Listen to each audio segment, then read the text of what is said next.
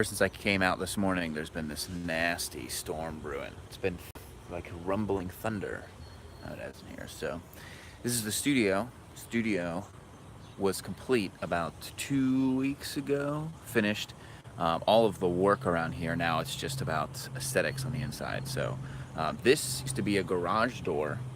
This used to be a roof that was rotted. The second story was built, and that's where I'm working today. Took this week off of work to focus on the channel, build some things, and I was thinking this morning. So I painted. What I should say is, the cinder block here was all. It looked terrible. I'm gonna put pictures up, but it needed painted. So I've been working with my uncle, who is a contractor, and I told him yesterday that I painted the exterior cinder block, and he said, "Did you paint it or did you primer it?" I said, "I primered it." And then this morning I'm sitting here, I'm like, what the hell is the difference between paint and primer? I don't really care. I've already this. It's like 6:15. I've been out here for working for about an hour or so. So got some stuff going, but it like crystallized one of the problems that I've had with a lot of things in life, which is this like master of none syndrome. I've also heard people describe themselves as a mile wide, an inch deep, and that like perfectly summarizes how I've always been. I think my Twitter bio is exceeding in mediocrity. It's like I'm not good at anything. I'm decent at a bunch of stuff, but that only gets you so far. It gets me to where I'm at today, which is I've been successful so far, but I think to go another level, you've got to be deep on some things, and I think that's what is so both exciting and scary about going in on the channel is because I've always had the scapegoat of I've always had some excuse as to why something hasn't worked out.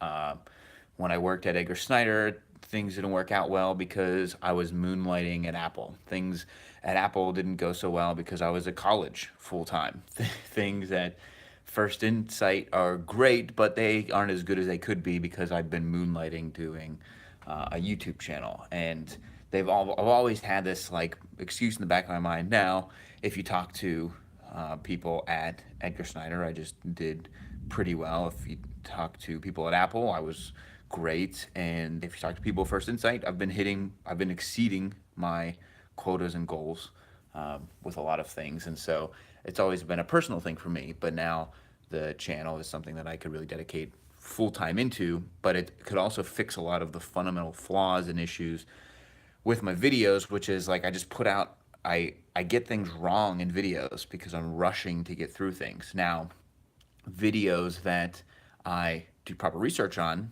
they're always good and they're factually correct.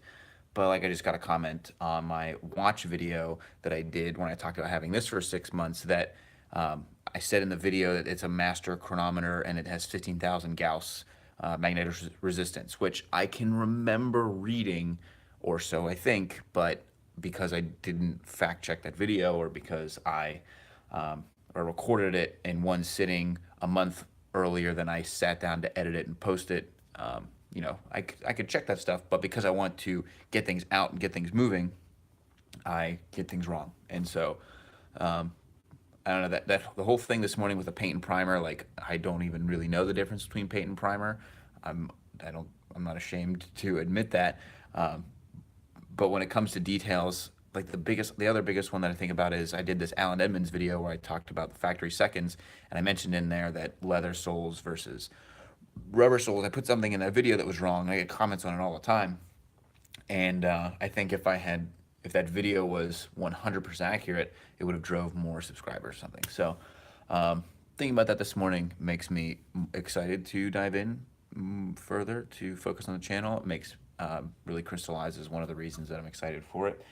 And I've got this long list of to-dos that I wanted to get done this week that I haven't exactly accomplished, which is another frightening thing because, you make a to-do list, you work in your day job and you don't get it done, and you get to pick it up next week. But if you're providing for yourself and you're building a company, no excuses, no fallback. So just a few thoughts this morning. I want to make sure I capture things in the moment because otherwise I'm not going to sit down and write them. And so I got a lot of videos I want to get done today. It's Thursday, July 5th.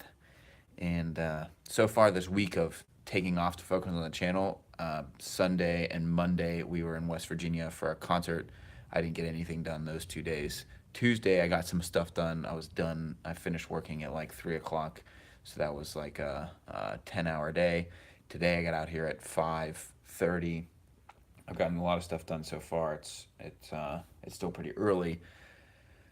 And then tomorrow I got a photo shoot going on, so it's worked out okay. But I had like 30 videos I wanted to get done. 30 videos in 3 days is, or 5 days. 30 videos in a week is aggressive. I'm just aggressive. All right, so that's my stuff today. Master of none, hoping to be master of something. It's not going to be video editing. Company building. It's not going to be style. I don't know. I'll be a master at something. A master dad. I'm almost a master dad. I feel pretty good about that. My kids are amazing. And I love them. Love them to death. All right. I'm going to go live my life.